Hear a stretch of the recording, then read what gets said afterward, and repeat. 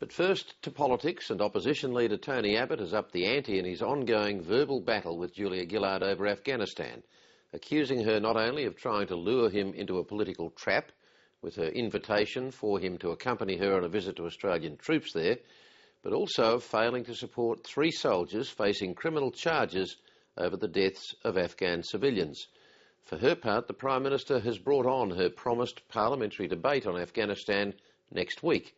Political editor Heather Hewitt. There is no doubt about it. When it comes to Machiavellian bastardry, the Labor Party are world champions. Probably best before you use such harsh language to find out what the facts are. It embroils what should be a mission which is universally supported in a whole lot of unnecessary controversy. It's not my intention to add to this matter in any way, shape or form. Tony Abbott's travel plans are a matter for Tony Abbott. For a week now, Australians have been subjected to the ongoing political brouhaha over Julia Gillard's much publicised invitation for Tony Abbott to accompany her to Afghanistan. It hasn't been a pretty sight. There's much more time been spent on the issue of who should have gone when and whether Tony Abbott should have accompanied the Prime Minister or not than there has ever been in our federal parliament about the war itself.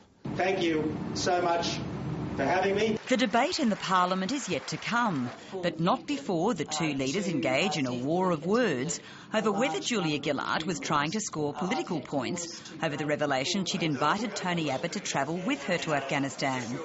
In the way of schoolyard fights, it boils down to who started it. Did you only invite him because you knew he was going to reject the invitation? Certainly not, no, and that's not the sequence of events.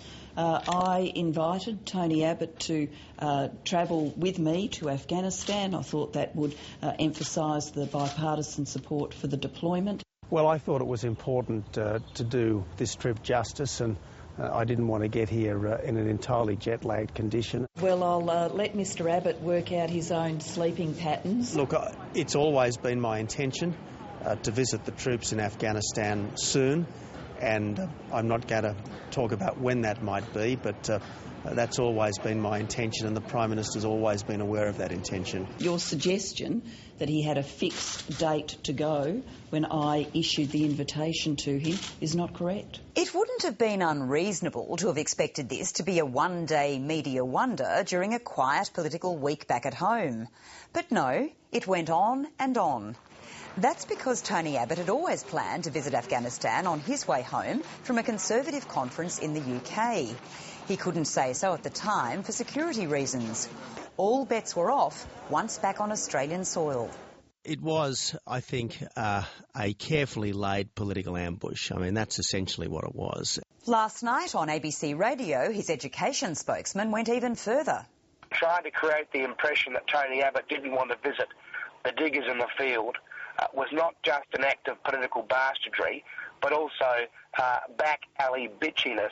I am going to respond very vigorously if people tell lies about me. Tony Abbott has asserted, and causing him to use quite colourful expressions, has asserted that I or my office were responsible for originally releasing the story that I had invited him to join me on a trip to Afghanistan. Neither I nor my office were the source of the information. This has now gone on for at least a week. Are they both at fault? Well, I don't think either of them come out of it with much credit. I mean, there was no need for the fact that Tony Abbott had been offered a seat on the Prime Minister's plane ever to see the light of day, and he really should have let the issue go a long time ago.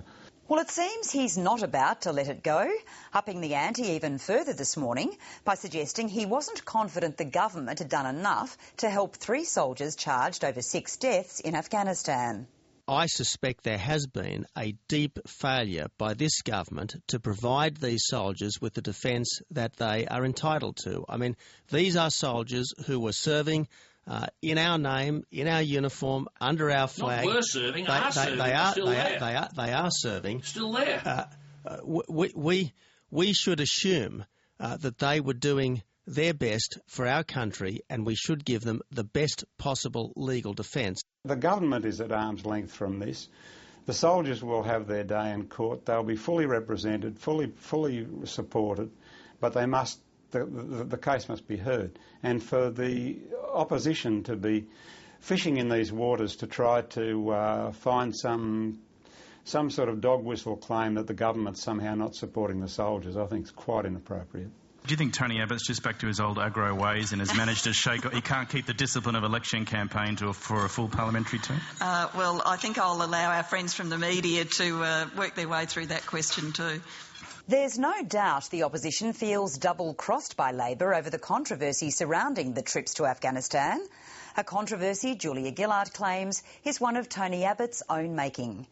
He's admitted to a poor choice of words by using the jet lag defence, but he remains furious with Julia Gillard, and there are those in his own party who wonder about the wisdom of voicing this so publicly. It's hard to see how there's anything to be gained for either side to persist with this saga that simply reinforces a public perception of petty politics. Political editor Heather Hewitt, or Hewitt.